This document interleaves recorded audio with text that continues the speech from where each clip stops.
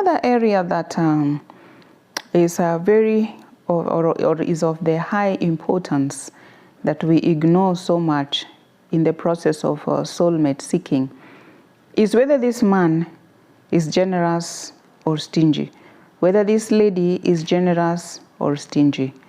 I can tell you those characters are characters that will make life a nightmare for you at home.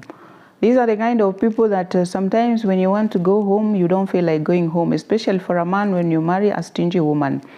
You don't feel like going home. Imagine you're buying food, but even hata wewe unahesabiwa chakula. And above all, utakuta mama anapika kuku, anapatia mbochi miguu za kuku na kichwa. Mama anapika mbuzi na nini ambayo wewe ndio umeleta, you have brought the food.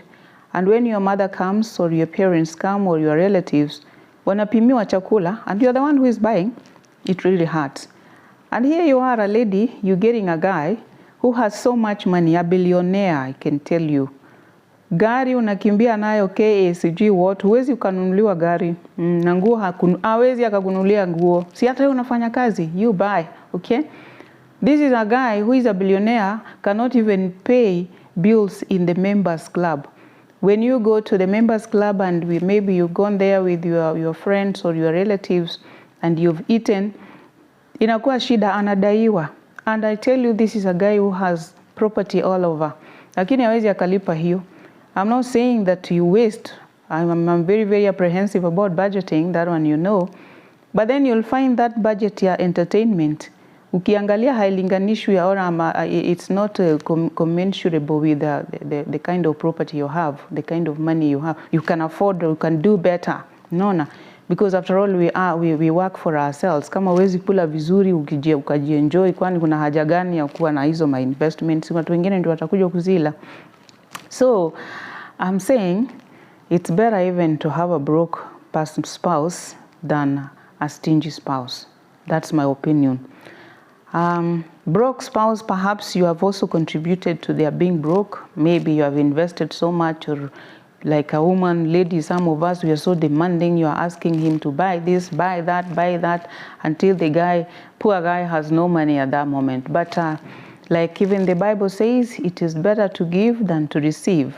So the more you give, the more you will receive. So it is only a matter of time they will receive more. But this guy who has, he will just make you feel miserable. Can you imagine you have so much, but you are lacking? Sasa hiyo ni maisha ina gani? So as a lady, these are the kind of things that will cause you to go out there to start seeking other men to give you that which he is not giving you. And that again now is going to ruin your marriage. Is it worth it? Prevention is better than cure. As a man, this is the kind of a wife who will make you stay out with my boys and even get involved with others.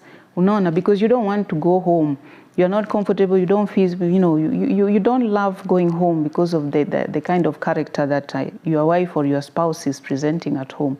So these are the kind of things that now will break that relationship. So if you asked me, I would tell you prevention is better than cure. Wachana na hao wenyewe, those birds of feather, wapendane wenyewe, wawe sisi kwa sisi. Wacha those stingy people wakutane sisi kwa sisi. Otherwise, for you, do your thorough background check. And this is one of those things that you need to find out. It's a red flag. Because I can promise you, you will not make it in that kind of marriage, whereby you are generous and your husband or your spouse is stingy. You will not make it because you are two different people. You will not agree in anything. So, what next? The process.